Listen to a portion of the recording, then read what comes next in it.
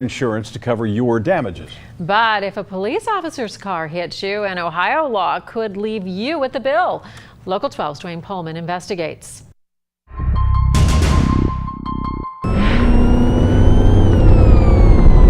This police dashcam video shows the view on August 3rd, 2015, as a Cincinnati police officer speeds up to respond to a call. A teen had just dialed 911 to report a robbery. I just got robbed in here by my house. As the officer rounds the curve on Virginia Avenue in Northside, his cruiser loses its grip on the wet asphalt.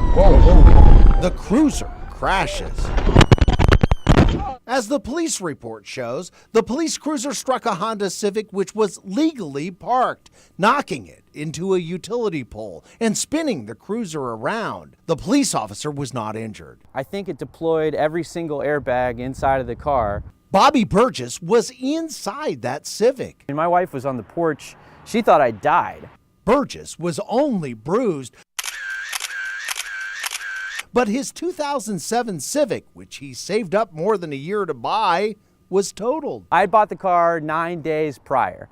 9 days I had it, and then it was totaled instantly. The police cruiser had to be hauled away too. The crash carried a steep cost. According to Bobby's itemized list, he lost more than $9 grand for the Civic he just paid for, $555 to get it towed, and nearly $2,500 for a trip to the ER.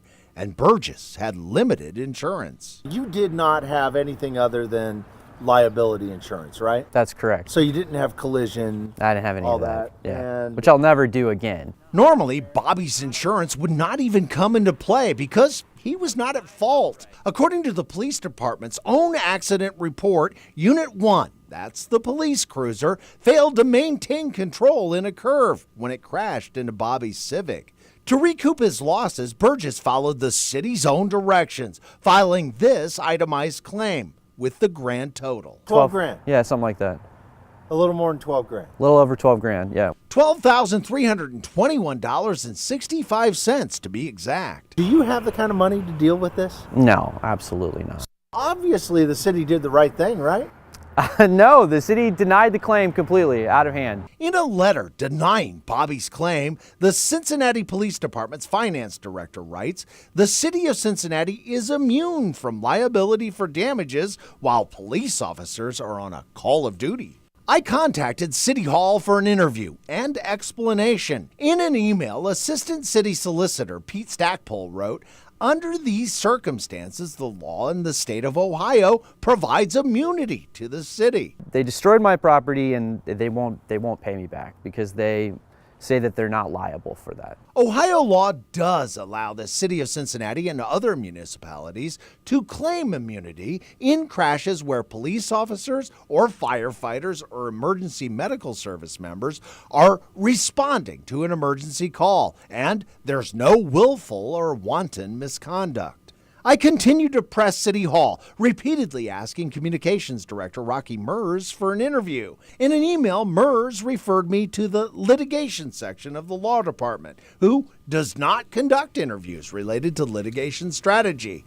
I requested a list of all cases where the city of Cincinnati claimed immunity, only to be told by the solicitor's office that no such list exists, and there is not a way to perform a computer search to create one. And when I asked, how can the city of Cincinnati simply walk away from the responsibility to its own citizen who suffered damages through no fault of his own, I was referred back to that Ohio law which grants the city immunity.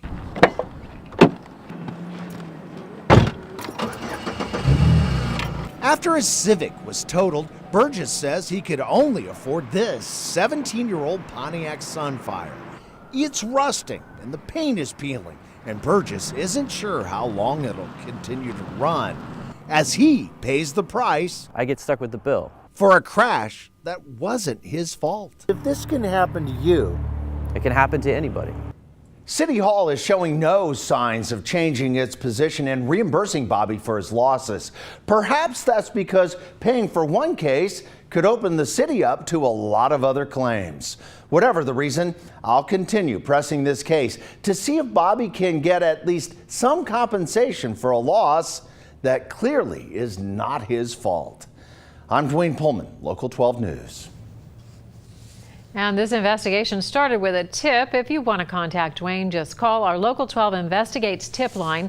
That number 513-763-5425. That's the number to call.